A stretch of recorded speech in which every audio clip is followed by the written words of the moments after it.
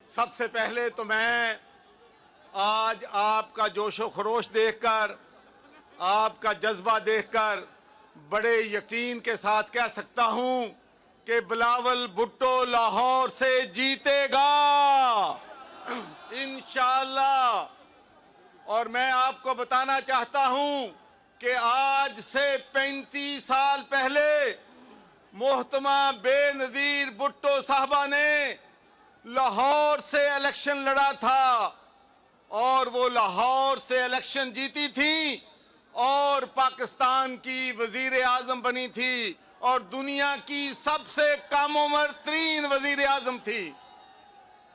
और आज 35 साल के बाद जुल्फ़िकार अली भुट्टो शहीद और मेरी बहन मोहतरमा बेनज़ीर शहीद भुट्टो का बेटा आज लाहौर से इलेक्शन लड़ रहा है और वो भी लाहौर से जीतेगा और वजीर आजम बनेगा।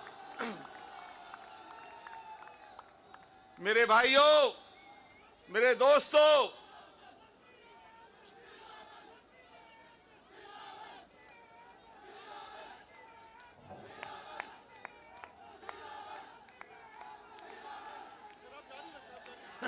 बेटा जरा बात सुन ले।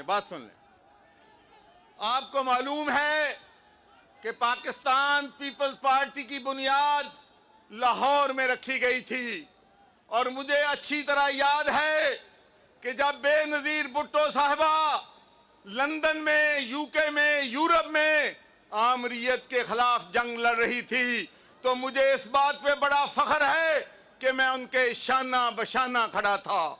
और आमरीयत के खिलाफ जंग में जब उन्होंने पाकिस्तान आने का फैसला किया तो वो लाहौर में तशरीफ लाई थी और लाहौर के लोगों ने जिस जोशो खरोश के साथ उनका इस्तकबाल किया था उससे आमरीयत पाकिस्तान में ख़त्म हुई थी।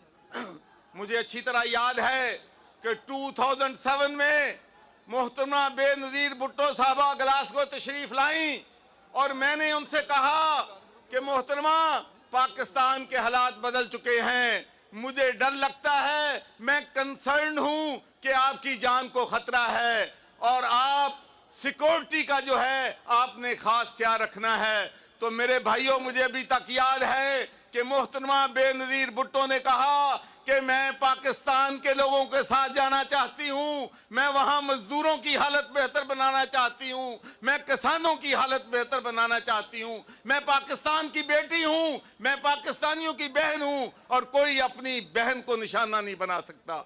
तो मेरे भाइयों, Benazir Bhutto was a woman of character, woman of courage, woman of substance and she was a visionary leader. और आज मुझे फख्र है कि बहुत अरसे के बाद मैं उनकी बेटी यासफा भुट्टो और बिलावल भुट्टो के साथ जलसे में शिरकत कर रहा हूं।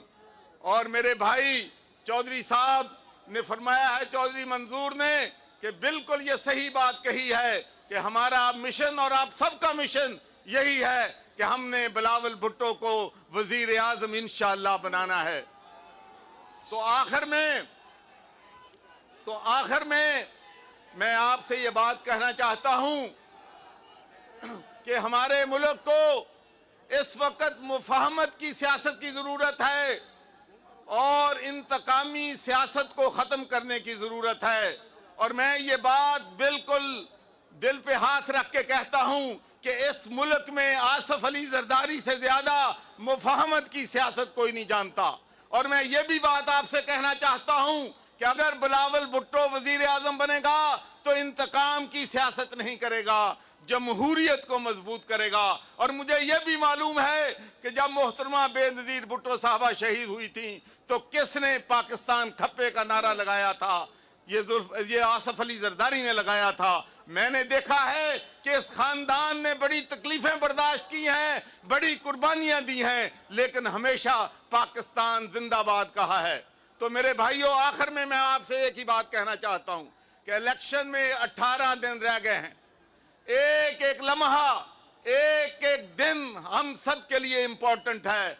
हमने हल्का 127 के हर दरवाजे पे जाना है हर गांव, हर गली में, हर गहल्ले में बिलावल भुट्टो का पैगाम पहुंचाना है कि जिस तरीके से पाकिस्तान पीपल्स पार्टी ने बेनजीर इनकम सपोर्ट देकर पाकिस्तान का जो गरीब तरीन तबका है उसको मदद की है, तो इंशाअल्लाह बिलावल भुट्टो किसानों के साथ खड़ा होगा, बिलावल भुट्टो मजदूरों के साथ खड़ा होगा।